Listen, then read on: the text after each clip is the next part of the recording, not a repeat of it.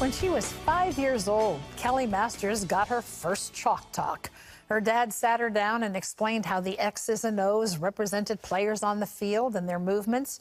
From that moment on, Kelli was hooked on football. Still, she never imagined that one day she'd make history in the NFL draft. Kelli Masters was already a successful attorney when she chose a second career dominated by men and was not warmly welcomed.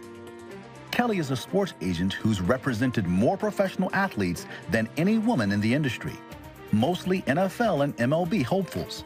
Seeing her career as a calling, Kelli's passionate about helping her clients find theirs far beyond the gridiron. She shares her advice with us all in her new book, High Impact Life. Please welcome to the 700 Club, Kelli Masters. Kelli, great to have you with us.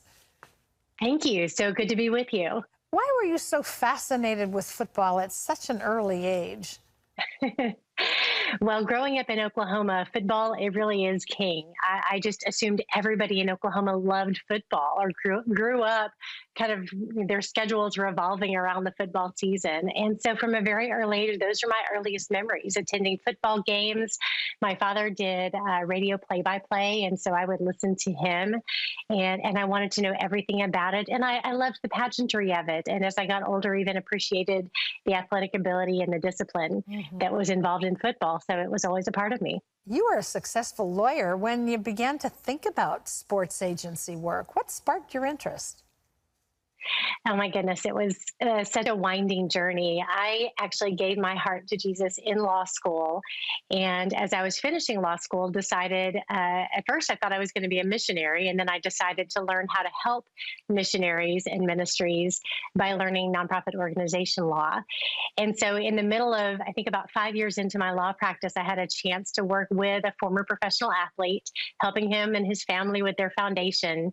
And that just opened my eyes to the world of what if I combined all my passions and everything that I held dear and really started helping professional athletes maximize their opportunities and make their mark on the world and pursue their calling on and off the field. So that's where it all started. You know, that sounds so logical, but this was such a male-dominated industry.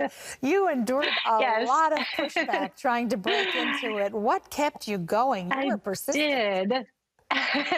Quite honestly, just knowing that I was right where God wanted me was the only thing that kept me going. And, you know, I'm so blessed. We have amazing opportunities in this country. I faced adversity, but everybody does. When they step out in faith to pursue what God has called them to do, you're going to run into some roadblocks along the way and some adversity. And I was told very early on in my career by one of the most prominent and successful agents in the business that women didn't belong and that I would never be successful and I would never be respected. And that just, to me, that was just a challenge to do it even better. So I'm really thankful for the opportunities and for the players that have believed in me through the years. It's been a really special journey. You almost wondered yourself in the beginning whether you could break through that wall. Tell us how a Fellowship of Christian Athletes banquet actually led you to make history in the NFL draft. Again, another long story that is just, I look back and I just am so amazed by God's grace.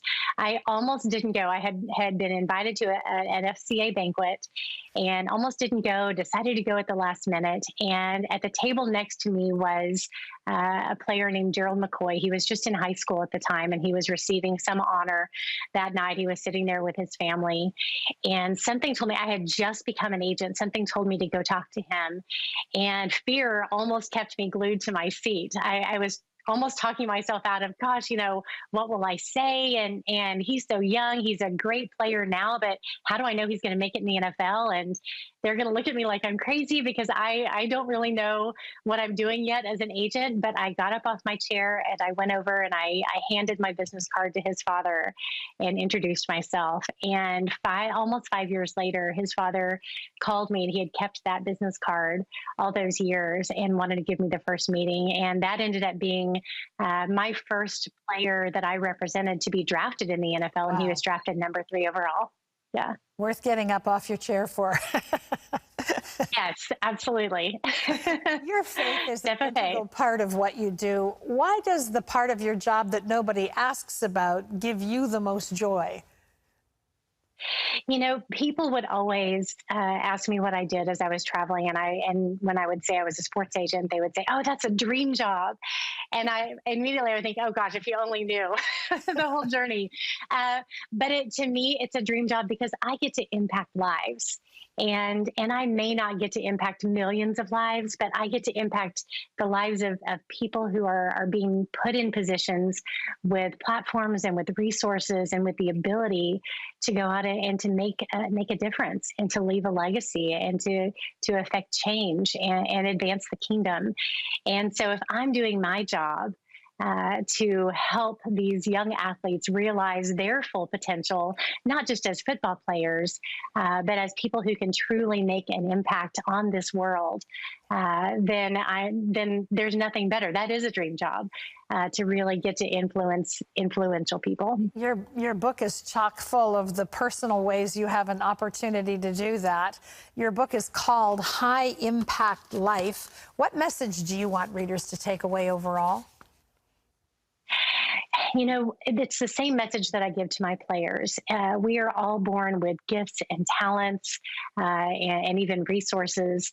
And it is our job to look to God and say, God, what is your purpose for my life? Why did you put me on this earth? And how can I fulfill that? And when we focus on the impact that God wants us to make with our lives, regardless of what our job or our surroundings or circumstances look like, there's nothing more important. There's nothing more fulfilling, rewarding to us personally. And there's nothing more critical that we can do than to make the mark that God intended for us to make on this earth. And so that's every reader, no matter what your vocation or your calling is in life, you are called to make an impact, and it's important that you do so. Well, Kelli, your book, I want to mention to our viewers, is High Impact Life. It's available wherever books are sold. Great story of how God has used Kelli in the industry that she's in, but also an encouraging story for anybody going anywhere. Thanks so much, Kelli. Appreciate your being with us. Thank you so much. I appreciate you.